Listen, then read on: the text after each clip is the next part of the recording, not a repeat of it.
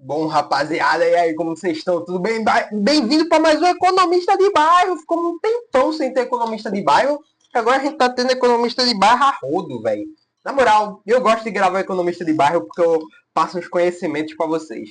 Às vezes eu irrito algumas pessoas pelo meu jeito. Tipo, o cara até comentou no vídeo do último Economista de Bairro. Eu tive que ressaltar isso daqui. Galera, a maioria dos conhecimentos que eu tenho, aprendi lendo. Tem coisa que eu ouvi algumas vezes, mas outra que eu falo da boca para fora, tipo, estagflação. Não, vocês sabem que a pronúncia não é estagflação? Eu descobri com um cara no comentário, é estagflação.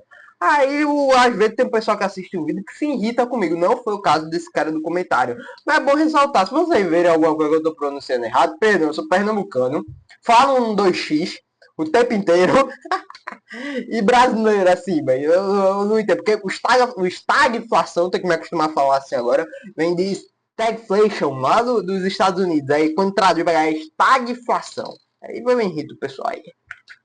Uma galera que ficou brava, pô. Eu tive que retirar um comentário lá, porque, pô,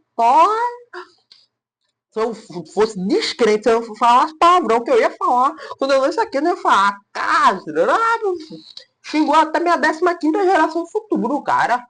Enfim, eu na semana passada, tô gravando isso aqui no dia 9/5. São 4 horas da tarde, dei aula, gravei um outro vídeo, que foi o vídeo que vocês viram outro no domingo. E eu vou terminar isso daqui, tomar um banho e ir pro shopping. Cineminha VIP, tá ligado? Porque eu tô outro nível, outro patamar, que é o Flamengo.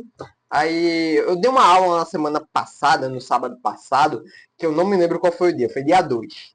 No dia 2, sobre métodos quantitativos. Eu dei tanto no dia 2 quanto no dia 3. Ah, isso. E o que são métodos quantitativos? Que é até uma matéria que eu estou dando atualmente, que eu, na verdade, já acabou. Que eu estou dando atualmente na minha faculdade. E teve uma galera, não foi nem do meu polo daqui de Pernambuco, foi uma galera de São Paulo que ficou em dúvida em relação a métodos quantitativos.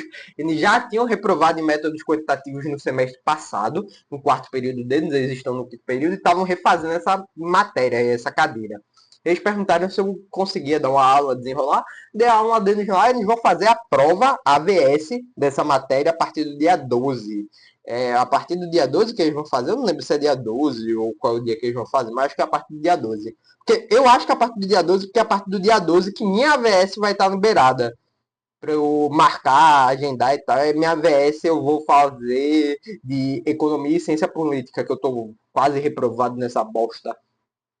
Tirei 2,4. Mas métodos quantitativos eu simplesmente tirei onda na prova de métodos quantitativos. A prova valia 8, eu tirei 7,2. Eu acho que tá bom, padrão. Eu falei, cara, vou tentar. E montei uma aula para ele. E eu montei uma aula específica aqui para vocês também. Métodos quantitativos, programação linear, pesquisa operacional. E eu quero trazer um pouquinho desse conhecimento para vocês. Deixa eu ver aqui, ó, até a terra animação. Ó. Eu quero falar sobre métodos quantitativos para vocês, o que é. Mas, no geral, o cerne que eu quero que vocês peguem, eu tenho que pegar uma canetinha aqui, porque eu só consigo dar aula com canetinha. Vocês estão vendo minha câmera aqui em cima, mas vocês não vão conseguir ver desenhar. Mas aqui, basicamente, o que são os métodos quantitativos? Métodos quantitativos é a tomada de decisão baseada em dados e otimização. Vocês estão ligados que economia é algo que usa muita estatística. É muita estatística aplicada à economia. Os métodos quantitativos é basicamente matemática aplicada. Porém, é muito diferente da matemática do ensino médio que você pega. A gente tem uma parte aqui que a gente ensina de matriz, eu não vou ver isso com vocês. Pode continuar no vídeo. Não vai ser coisa chata. Eu só quero passar a teoria aqui para vocês entenderem. O economista de bairro é para simplificar para vocês, não é para vocês ficarem com uma cabeça voando, não. Tem matrizes, obviamente, e tudo mais, porém é algo mais complicado. Só que aí que entra. A gente não precisa pegar um papel, fazer cálculo assim, não. A gente tem programas que nos ajudam a resolver isso. O Solver no Excel, o GeoGebra, é GeoGebra? Não, é GeoGebra. Eu não uso esse bagulho. Eu uso o Lindo e o Solver, que pra mim são os melhores. O GeoGebra, eu acho uma bosta, não consegui usar. Inclusive, na minha prova, eu usei esses softwares. Na real, eu fiz 3 provas disso. Na primeira e segunda prova disso daí, que a gente chama de SM1 e SM2, como se fosse simulado. No SM2, o software do computador e tal não estava funcionando. E eu fiz de cabeça as coisas. Numa prova eu tirei nota boa, eu tirei 0,7, que valia 1. E na outra eu tirei 0,3, se eu não me engano. Foi uma nota desastrosa. Aí, valendo 1 também. Aí foi, porque o software não tava pegando. E começou uma chuva braba aqui. Mas enfim, vamos entender os métodos quantitativos. Agora vocês já conseguem ver melhor. O que são os métodos quantitativos? Métodos quantitativos, como eu já dei spoiler, são técnicas matemáticas e estatísticas usadas para apoiar decisão, analisar problemas complexos e otimizar recursos. É a matemática aplicada no mercado de trabalho. Inclusive, tem muito engenheiro, vocês já devem ter escutado essa engenharia, que é a engenharia de produção. Engenharia de produção utiliza em muito métodos quantitativos, é uma das cadeiras primordiais dela. Inclusive, meu professor é especialista, ou seja, é lato sensu. É lato sensu mesmo? É lato sensu, ele é especialista. Não é nem mestre, nem doutor, ele é especialista em engenharia de produção. Ele estava dando essas aulas aqui sobre métodos quantitativos, que é justamente para tomar essas decisões complexas. Por exemplo, tem muitas decisões no mercado de trabalho que a gente não pode tomar assim de cabeça, a gente não pode tomar na emoção. A gente precisa saber matematicamente o que a gente vai fazer, porque senão dá ruim depois e cai para o nosso colo. Em economia, principalmente, que caiu isso daqui, é justamente para isso, porque economista tem que tomar muitas decisões. Economista é tipo o cara que sabe de tudo um pouco. A gente tem que saber de administração de empresa, a gente tem que saber de contabilidade, a gente tem que saber de economia mesmo, quantos a pagar, quantos a receber, que é a gestão financeira. A gente tem que saber de métodos quantitativos, que é mais puxado para a engenharia da computação. A gente é os caras que sabem de tudo. Os caras, quando vê um economista, a gente quer saber como que eu vou resolver meu problema. Basicamente é isso. E métodos quantitativos resolvem justamente essa parte. São amplamente usados tanto em economia, administração, engenharia e logística. Alguns exemplos. Administração, qual mercadoria melhor, qual não sei o que, engenharia, quantos recursos a gente precisa, quantas viagens a gente tem que dar para trazer os materiais para cá, logística, mesma coisa, a gente tem material que está aqui no estoque, quer levar até a fábrica, que fica não sei o que, qual o melhor caminho, de que horas, não sei o que. Métodos quantitativos respondem a essas perguntas. Passando aqui, dos campos de pesquisa. Piada, alguém entendeu? Foi uma bosta essa piada. Um dos campos de estudo dos métodos quantitativos é essa bexiguinha aqui chamada PO, pesquisa operacional. Quando você estiver fazendo sua prova e vê pesquisa operacional, você dá um grito no meio da sala e fala: tem PO, caçamba! Sai meia dúzia da sala, desiste já da prova, vai todo mundo tirar 2. E você causou um caos. E vai ser reprovado. Não tem o pessoal do Enem que grita: tem log! Aqui a gente grita: tem PO! A pesquisa operacional é basicamente um campo da matemática aplicada. Lembrando, métodos quantitativos é justamente isso. É a matemática aplicada. Que ela busca modelar esses problemas reais. Ela pega problemas reais que acontecem na realidade e modela, pega os números, os dados e modela de forma matemática, para encontrar soluções ótimas, que a gente chama, para aquela determinado problema, para aquela determinada demanda, e como que o trabalhador, como que o especialista da área deve prosseguir. Ela literalmente serve para apoiar decisões estratégicas. Uma pequena curiosidade: a PO surgiu durante a Segunda Guerra Mundial para resolver problemas militares. O que foi que estava acontecendo? Em questão de armas, de munição, inclusive até de alocação dos soldados lá nos campos de batalha, o pessoal estava tendo muita dificuldade, tendo muito gasto inútil. Aí surgiu a PO, onde eles viram o problema e começaram a distribuir de forma organizada, isso de uma forma bem arcaica, sem sistema. O solver que a gente tem hoje para tirar 7,2 na prova não existia naquela época, eles tiveram que fazer aqui, ó, de cabeça. Então a gente vê aqui durante o processo da Segunda Guerra, tanto o pai da computação, Alan Turing, criando o primeiro computador lá com código binário capaz de traduzir uma mensagem alemã, tanto a pesquisa operacional surgindo, ou seja, até em meio de guerra a gente teve um grande avanço científico. Isso daqui é simplesmente fantástico. O objetivo da PO é responder perguntas. Basicamente, o objetivo da PO é esse: responder perguntas de como maximizar lucros, de como que com essa solução, como com esses dados aqui que eu tenho, eu consigo aumentar o meu lucro. Lembrando, a busca final de todo empreendedor é o lucro. Eu tinha uma empresa onde o lema dessa empresa era lucro a todo custo. É meio errado, mas o lucro é a todo custo. Não importa o faturamento que está entrando. Se não tem lucro, a empresa quebra. O lucro é o objetivo final, porque é o que paga as contas, é o que paga os boletos. Então, a PO busca justamente isso, como maximizar lucros. Só que o mais importante do que maximizar lucros é saber se os custos, se a gente está gastando o dinheiro de forma organizada, de uma boa forma. E a pesquisa operacional também serve justamente para isso, para responder a pergunta de como minimizar determinados custos, para gastar o dinheiro da melhor forma. O Estado brasileiro precisa aprender PO.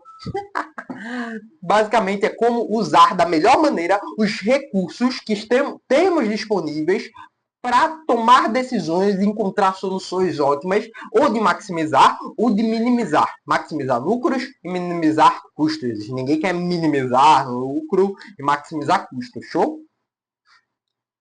Sempre com base em modelos matemáticos. A gente precisa botar isso aqui na cabeça.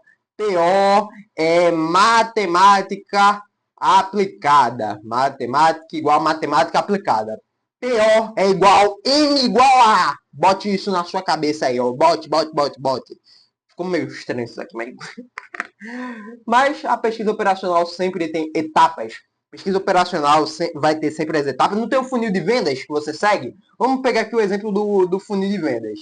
O funil de vendas, a gente tem alguns funis de venda conhecidos, ASAF, que é a abordagem, sondagem e tal. O funil de vendas você segue processos, que você vai passando o lead por essas partes desse funil até chegar no fechamento. Aqui entra muito e vai diminuindo, vai afunilando. Basicamente, a PO segue essa mesma lógica do funil, só que com questões de problemas. Então, bora lá. Eu perdi meu mouse, velho. Eu perdi meu mouse, tá aqui. Bora lá. Como que começa o funil da PO? Quais são as etapas da PO? Primeiro é a definição de problema.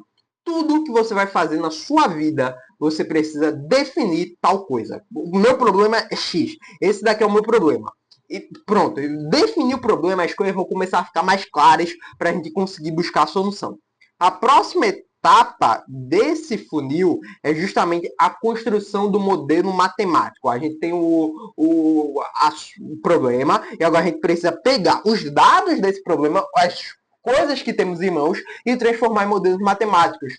Quanto de cereal nós temos, quanto de proteína nós temos, quanto de carboidrato nós temos e até que ponto aquela pessoa deve comer. Então a gente começa a analisar e transformar aquele problema real em um modelo matemático. A matemática resolve esses problemas.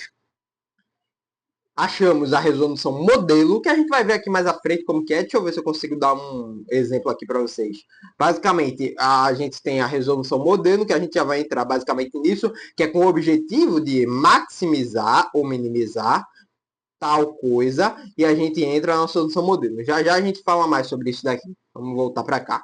A gente encontra a resolução modelo, aí a gente vai para análise de resultados. A gente encontrou a resolução modelo, a gente já sabe o que a gente precisa, quais são os números, a gente analisa os resultados e vai implementa a solução. Depois disso é PDCA. O que é PDCA? Plan, Do, Check, Action. Plan, Do, Check, Action. Plan, Do, Check, Action. É um ciclo que se repete do PDCA que acontece por conta da pesquisa operacional. A gente vê a solução ótima, implementa. E a gente sempre vai. Depois vai para ação, vê se é viável, aí planeja, se não for planeja, checa, vai. Basicamente é o ciclo constante. PDCA, a parte administrativa, está envolvida aqui diretamente também com esse modelo matemático. Seguindo, temos outra fonte de pesquisa dentro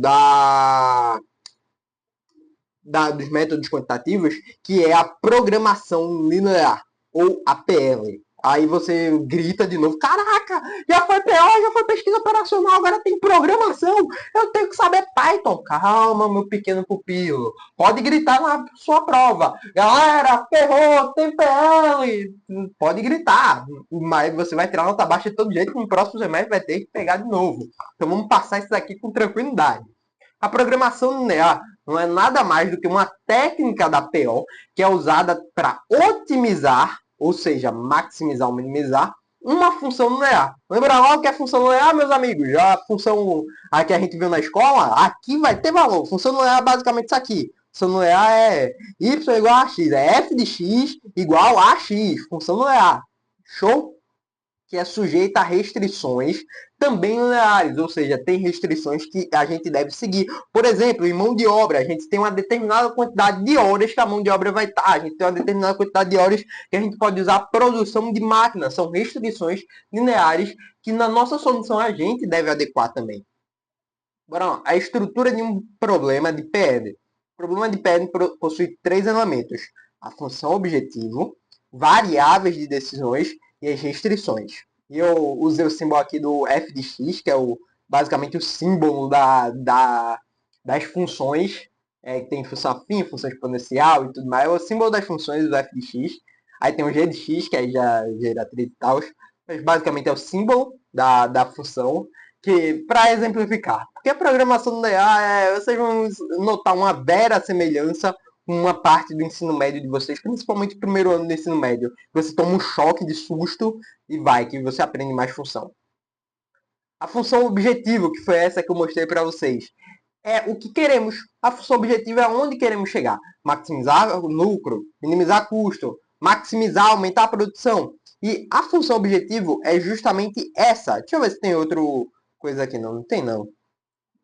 Que é basicamente o MA, vou escrever aqui com vocês, MAX, o max, quero maximizar, maximizar Z, que é igual ao nosso objetivo, aos dados que temos em mão, é igual a AX mais BY. Deixa eu só falar um negócio aqui para vocês agora, porque, tipo, eu estou usando aqui nos exemplos AX mais Y, X e Y, que basicamente é por conta do plano cartesiano com os quadrantes. Primeiro quadrante, segundo quadrante, terceiro quadrante e quarto quadrante. Aí a gente tem aqui os negativos, os positivos, abscissas e ordenadas. A gente usa isso por conta do plano cartesiano. Na maioria dos exercícios, não vai vir com x e y, vai vir com x1 e x2.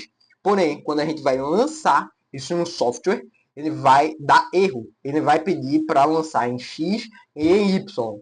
Então, basicamente é isso. Ah, Igor, e quando bota mais um aí, tipo, x1, x2, x3? É x, y e outra letra. X, y e c, blá, blá, blá. Na maioria das vezes é isso. Bora, variáveis de decisão são valores que queremos determinar. Quantidade a produzir, quantidade a investir, quantidade a transportar. E é sempre representado justamente por letras x, y, z. Essas são as variáveis de decisão. Não tem muito o que explicar. E restrições restrições lineares que não limitam o problema. Pode ser limitações de tempo. Eu tenho só 8 horas de trabalho. Meus funcionários só trabalham 8 horas. De máquina eu só posso usar 10 horas. A gente tem limitações de dinheiro. Igor, meu economista, o Zezinho, meu engenheiro de produção, eu só tenho um X de dinheiro. Resolve para mim. Basicamente vai ser assim. Vai ser assim. E limitações de matéria-prima. A gente tem matéria-prima escassa, que precisa produzir para maximizar lucro ou minimizar custo. O exemplo, basicamente, de restrição sempre vai ser esse daqui. X mais Y maior que 1, maior que 0, maior que 100. A limitação vai ser basicamente essa. Temos outra restrição, que é a da não negatividade. Que as variáveis não podem ser negativas. A gente não tem produção negativa. Então, de praxe, a gente sempre vai usar a não negatividade, que é x maior que ou igual a 0. y maior que ou igual a zero. Uma dica para vocês quando peguei isso aqui no ensino médio, segundo ano, é muito bom. Quando vocês veem aqui, ó, o símbolo de maior que e menor que, o que você faz? Bota o tracinho assim, ó. Esse daqui, ó, um 4, tá pra lá, então é menor. Esse daqui, um 7, tá maior. É uma dica que eu peguei assim, só para vocês terem noção. De vez em quando eu sempre faço isso, eu tô em dúvida, porque eu me perco em muito número, eu boto os tracinhos, eu vejo, olha, um 4, um 7, não sei o quê. Aí, aí eu me acho de novo. Não existe produção negativa no mundo real. E se você vê alguma produção negativa, meu amigo, tem alguma coisa errada aí. Ai, ai. Seguindo, eu tive até que botar uma animação diferenciada aqui. Meu amigo, pega essa animação assim do PowerPoint. Uma representação gráfica, só para você ver. Isso daqui, ó, esquece isso aqui por enquanto. Vamos focar aqui. A programação linear e uma representação gráfica em um gráfico. Em um plano cartesiano. É uma parte positiva do plano cartesiano, sim, mas a gente esquece a parte negativa. A gente tem aqui eixo x, eixo y, a região viável, que foi as das possíveis soluções que encontramos.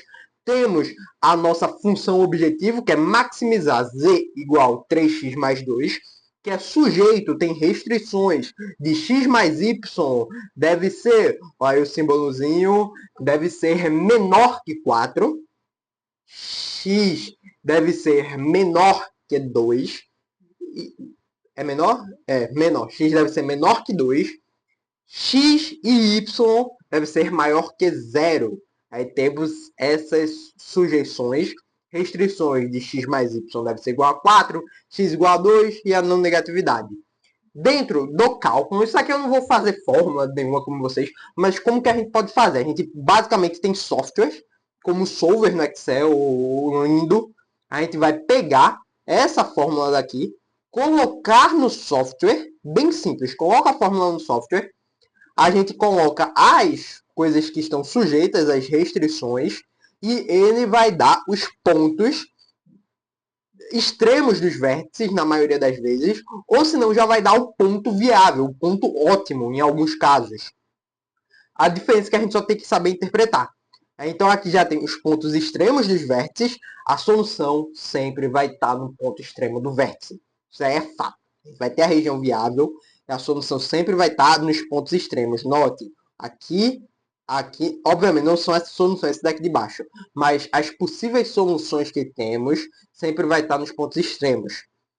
E aqui temos a solução ótima em um ponto extremo. Então, como que a gente faria esse cálculo aqui de cabeça? A gente pegaria esses números que temos aqui, 0,4, e substituiria aqui. Substituiria nessa fórmula. Nosso objetivo é maximizar, então temos que encontrar o maior número. Substituindo, então, o 2 aqui no x e o 2 no y, encontramos 10, que é maior que todos os outros. Ou seja, aqui é a solução ótima, dentro da região viável, que a gente vai conseguir maximizar o lucro.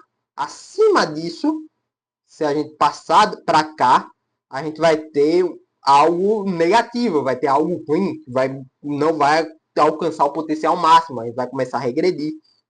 Então, basicamente é isso. Problemas de PN são representados graficamente assim, então você se acostume com isso daqui. Muito obrigado, ChatGPT, por fazer isso aqui para mim. Então, se acostume com essa representação gráfica. Eixo X e Y, região viável. Inclusive no GeoGebra, eu acho que é GeoGebra o nome, é GeoGebra, não lembro agora. A representação sempre vai ser gráfica. Eu tomei um susto da bexiga quando eu vi isso aqui pela primeira vez lá em fevereiro. Ou foi fevereiro ou foi março. A solução ótima sempre nos vértices. O melhor resultado sempre será um ponto extremo. Show? Seguindo, conceito da região viável. Você notou que tem tipo, eu já falei da região viável aqui. Qual o conceito dessa região? Basicamente é o conjunto de soluções que satisfazem todas as restrições e representam possibilidades reais, ou de maximizar lucros ou de minimizar os custos, dependendo do que a gente vai querer.